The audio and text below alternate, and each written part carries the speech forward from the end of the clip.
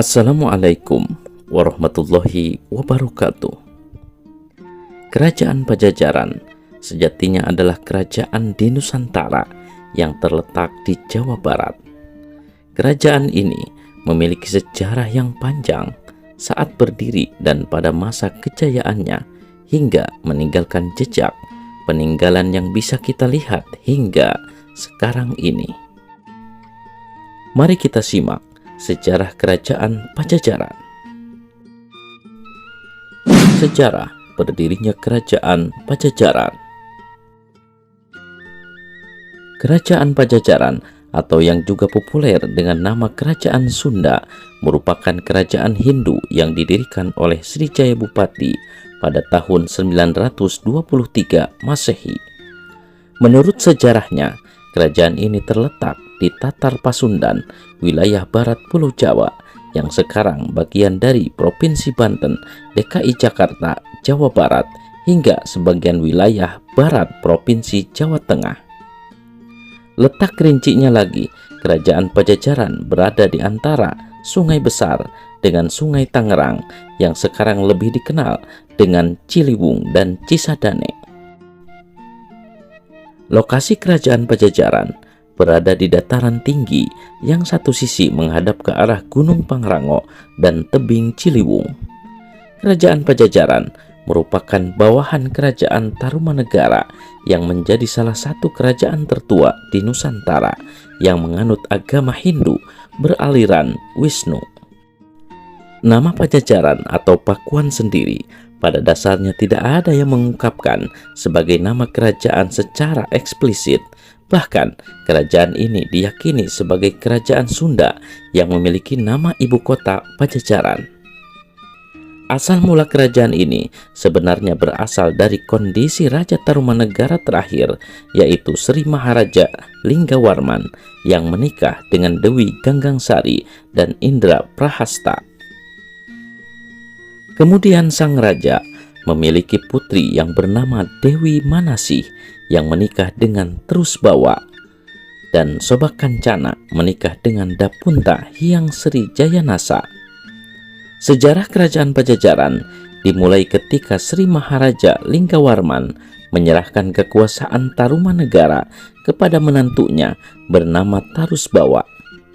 Kondisi tersebut menyebabkan penguasa Galuh yaitu Wereti Kandayun marah dan memberontak, hingga akhirnya Wereti Kandayun mendirikan kerajaan Galuh secara mandiri pada tahun 612 Masehi. Kemudian, sebagai penerus kerajaan Tarumanegara, Tarusbawa memindahkan kekuasaannya ke Sunda. Tarusbawa memindahkan kerajaan tersebut ke hulu Sungai Cikapancilan yang berdekatan dengan Sungai Ciliwung dan Sungai Cisadane. Kondisi sungai yang berjejer dan berdekatan tersebutlah yang menyebabkan Tarusbawa menamai kerajaan tersebut dengan nama Kerajaan Pajajaran. Penobatan Tarusbawa sebagai raja sekaligus pendiri Kerajaan Pajajaran dilakukan pada tahun 519 Saka atau sekitar 18 Mei 669 Masehi. Momen ini juga secara tidak langsung menjadikan Kerajaan Pajajaran resmi berpisah dengan Kerajaan Galuh.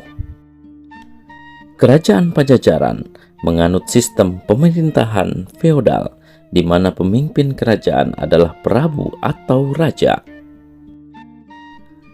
Silsilah pendiri Kerajaan Pajajaran. Selain Srijaya Bupati sebagai pendiri, ada 6 pemimpin lain yang pernah memerintah di Kerajaan Pajajaran. Yang pertama, Raja Sri Baduga Maharaja pada tahun 1482 hingga 1521 Masehi. Dikenal sebagai Prabu Siliwangi, ia memerintah di Pakuan. Selama periode ini, pemerintahannya ditandai dengan masa keemasan di mana banyak pembangunan dilakukan untuk meningkatkan kesejahteraan rakyat. Yang kedua, Raja Surawisesa pada tahun 1521 hingga 1535 Masehi. Selama masa pemerintahannya, tidak terdapat pencapaian yang signifikan meskipun tidak terjadi penurunan prestasi juga. Yang ketiga, Ratu Dewata pada tahun 1535 hingga tahun 1543 Masehi. Selama 8 tahun pemerintahan, terjadi banyak kekacauan yang disebabkan oleh ketidakmampuannya dalam kepemimpinan yang mengakibatkan pengunduran dirinya dari jabatan. Yang keempat, Ratu Sakti pada tahun 1543 hingga 1551 Masehi. Seperti para pemimpin sebelumnya, Ratu Sakti hanya menjabat selama 8 tahun. Selama masa pemerintahannya, tidak ada perkembangan signifikan dan dia kurang disukai oleh rakyat karena kecenderungannya untuk boros. Yang kelima, Ratu Nilakendra pada tahun 1551 hingga tahun 1567 Masehi. Kemunduran awal kerajaan Pajajaran dimulai selama pemerintahannya saat terjadi serangan oleh Sultan Hasanuddin dari kerajaan Banten. Ratu Nilekendra melarikan diri dan melepaskan jabatannya. Yang keenam, Raga Mulia pada tahun 1567 hingga 1579. Tidak berbeda jauh dengan kepemimpinan sebelumnya, Raga Mulia juga tidak kompeten dan menyebabkan banyak kemunduran selama masa pemerintahannya selama 12 tahun di Pandeglang. Masa kejayaan Kerajaan Pajajaran. Masa kejayaan Kerajaan Pajajaran dimulai pada masa pemerintahan Sri Baduga Maharaja atau dikenal sebagai Prabu Siliwangi yang memerintah pada tahun 1482 hingga 1521 Masehi. Pada masa pemerintahannya, Kerajaan Pajajaran dapat mencapai kehidupan yang makmur, tentram, dan teratur. Bahkan Prabu Siliwangi pernah membebaskan rakyatnya dari kewajiban membayar 4 macam pajak. Prabu Siliwangi turut menghadirkan pembangunan fisik dengan baik untuk memudahkan kehidupan rakyat dan negara. Sang raja membangun jalan menuju ibu kota Pakuan dan Wanakiri, Talaga Besar, tempat hiburan, dan Kapuntren. Tak hanya dikenal dengan baik hati, Prabu Siliwangi juga disebut menjadi pemimpin yang memegang teguh asas kesetaraan dalam kehidupan sosial. Oleh karena itu, kehidupan pada masyarakat di sekitar kerajaan Pajajaran sangat tentram di masa pemerintahannya. Bahkan Prabu Siliwangi memperkuat masa pemerintahannya dengan membentuk angkatan militer yang tangguh. Menurut sumber Portugis, kerajaan Pajajaran diperkirakan memiliki 100.000 prajurit dan 40 ekor pasukan gajah. Prabu Siliwangi juga begitu mencurahkan perhatian pada pembinaan agama. Terdapat desa perdikan yang dapat digunakan untuk pendeta dalam menghadirkan kegiatan keagamaan sebagai penuntun kehidupan rakyat yang lebih baik. Runtuhnya Kerajaan Pajajaran. Sayangnya, masa kejayaan Kerajaan Pajajaran tidak bisa bertahan hingga akhir. Pasca serangan Cirebon, kekuasaan Pajajaran mulai melemah dan hanya tersisa 1.000 pasukan yang setia pada Surawisesa. Kehadiran kerajaan baru di wilayah Sunda yang berbasis Islam, yaitu Kesultanan Banten, membuat Pajajaran terpontang-panting. Kerajaan Pajajaran runtuh pada tahun 1579 akibat serangan dari kerajaan Sunda lainnya, yaitu Kesultanan Banten. Runtuhnya Kerajaan Pajajaran ditandai dengan dibawanya singgasana raja, yakni Palangkas Sriman Sriwacana dari Pakuan ke Surosowan di Banten oleh pasukan Maulana Yusuf. Batu berukuran 200 x 160 x 20 cm itu diboyong karena tradisi politik agar di Pakuan tidak lagi menobatkan raja baru. Hal ini juga menandai bahwa Maulana Yusuf adalah penerus kekuasaan Pajajaran yang sah karena buyut perempuannya adalah Putri Sri Baduga Maharaja. Setelah kerajaan Pajajaran runtuh, diperkirakan terdapat sejumlah punggawa istana yang meninggalkan keraton lalu menetap di daerah Lebak. Mereka menetapkan tata cara kehidupan lama yang ketat dan sekarang dikenal sebagai orang Baduy. Fakta keruntuhan kerajaan Pajajaran dan penyebabnya. Runtuhnya kerajaan Pajajaran terjadi karena beberapa hal. Berikut ini adalah beberapa fakta mengenai keruntuhan kerajaan Pajajaran. Yang pertama, penyebab utama. Penyebab utama dari keruntuhan kerajaan Pajajaran adalah mundurnya Prabu Siliwangi dari posisi raja. Mundurnya Prabu Siliwangi membuat kekuasaan kerajaan menjadi goyah. Di samping itu, raja penggantinya yaitu Surawisesa menghadapi tantangan besar dengan hadirnya dua kerajaan Islam dari Cirebon dan Demak untuk memperebutkan kekuasaan. Yang kedua, kekalahan perang melawan kerajaan Islam. Akibat dari perebutan kekuasaan dengan Kesultanan Cirebon dan Demak, terjadilah perang yang mengakibatkan Raja Surawisesa memberikan sebagian kekuasaannya di pantai Jawa bagian utara. Yang ketiga, terambilnya wilayah kekuasaan Pajajaran.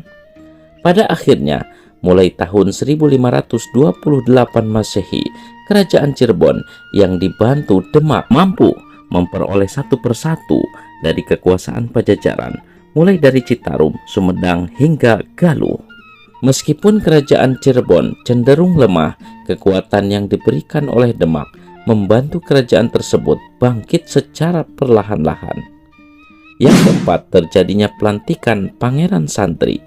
Wilayah Sumedang resmi dikuasai oleh Cirebon dengan dilantiknya Pangeran Santri, buyut dari kakak ipar Raja Cirebon, yaitu Syekh Syarif Hidayatullah atau Sunan Gunung Jati. Pangeran Santri menjadi Bupati Sumedang pada tahun 1530 Masehi. Yang kelima, perdamaian antara kerajaan Pajajaran dan kerajaan Cirebon. Kerajaan Pajajaran dan kerajaan Cirebon yang saling memperebutkan kekuasaan tersebut memutuskan untuk berdamai pada tahun 1531 Masehi dan saling mengakui keberadaan masing-masing. Perjanjian ini ditandatangani oleh kedua belah pihak dan Surawisesa mengambil kesempatan untuk memperbaiki kerajaannya. Yang keenam, kekayaan maritim Pajajaran menurun. Pasca terambil alihnya wilayah utara pantai Jawa, kekayaan Pajajaran di bidang maritim mulai menurun. Mengingat wilayah utara pantai Jawa tersebut merupakan pusat industri maritim kerajaan. Yang ketujuh, keruntuhan di tahun 1579 Masehi. Keruntuhan kerajaan Pajajaran benar-benar terjadi pada tahun 1579 Masehi setelah mendapat serangan Cirebon sebelumnya. Kekuatan Pajajaran mulai melemah dan hanya tersisa 1000 pasukan yang setia pada Surawisesa. Kehadiran kerajaan baru berbasis Islam di wilayah Sunda, yaitu Kesultanan Banten, membuat Pajajaran terpontang-panting. Dipimpin oleh Maulana Yusuf, Kesultanan Banten memang sengaja mengincar Pajajaran karena bercorak Hindu-Buddha dan lokasi keduanya yang saling berbatasan. Peperangan yang terjadi antara Pajajaran dan Kesultanan Banten menyebabkan keberadaan Pajajaran hilang tanpa sisa pada tahun 1579 Masehi. Para bangsawan yang sebelumnya memegang kepercayaan kepada kerajaan Pajajaran pun akhirnya perlahan-lahan mulai menganut agama Islam. Peninggalan kerajaan Pajajaran. Berikut ini adalah peninggalan dari kerajaan Pajajaran. Yang pertama, Prasasti Perjanjian Sunda Portugis. Merupakan prasasti berbentuk tugu batu. Prasasti Perjanjian Sunda Portugis ditemukan pada tahun 1918 Masehi di Batavia yang kini menjadi DKI Jakarta. Prasasti ini merupakan prasasti yang menjadi tanda perjanjian antara kerajaan Sunda dengan kerajaan Portugis yang dibuat oleh utusan dagang kerajaan Portugis dari Malaka. Yang kedua, Prasasti Cikapundung. Prasasti Cikapundung juga merupakan salah satu peninggalan dari kerajaan Pajajaran. Prasasti ini ditemukan di Sungai Cikapundung, Kota Bandung pada tanggal 8 Oktober 2010. Berdasarkan aksara Sunda kuno yang tertera, prasasti dengan panjang 178 cm dan lebar 80 cm dan tinggi 55 cm ini berasal dari abad ke-14. Yang ketiga, Prasasti Pasir Datar. Salah satu peninggalan kerajaan Pajajaran ini ditemukan pada tahun 1872 di perkebunan kopi daerah Pasir Datar, Desa Cisande, Kabupaten Sukabumi. Karena ditemukan di daerah Pasir Datar, maka prasasti yang terbuat dari material batu alam ini diberi nama Prasasti Pasir Datar.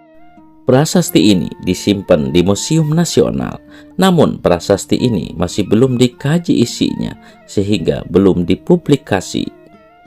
Yang keempat, Prasasti Hulu Dayeuh. Prasasti Hulu Dayeuh juga menjadi salah satu peninggalan kerajaan Pajajaran yang terletak di Kampung Hulu Dayeuh, Desa Cikalahang, Kabupaten Cirebon. Ditemukan pada tahun 1991 Masehi. Isi prasasti Hulu Dayeuh terdiri dari 11 huruf tulisan dengan aksara Sunda kuno yang mengisahkan Sri Maharaja, Ratu Haji, Tipakwan, si Sang Ratu, Dewata dan berkaitan usaha untuk membuat makmur negerinya. Keberadaan kerajaan Pajajaran dan sejarah pendiriannya rupanya tercantum dalam berbagai sumber kuno. Menurut sejarah kerajaan Pajajaran menjadi kerajaan Hindu yang masyhur sebab kemunduran kerajaan Majapahit di Jawa Timur. Itulah rangkuman sejarah kerajaan Pajajaran. Semoga bermanfaat.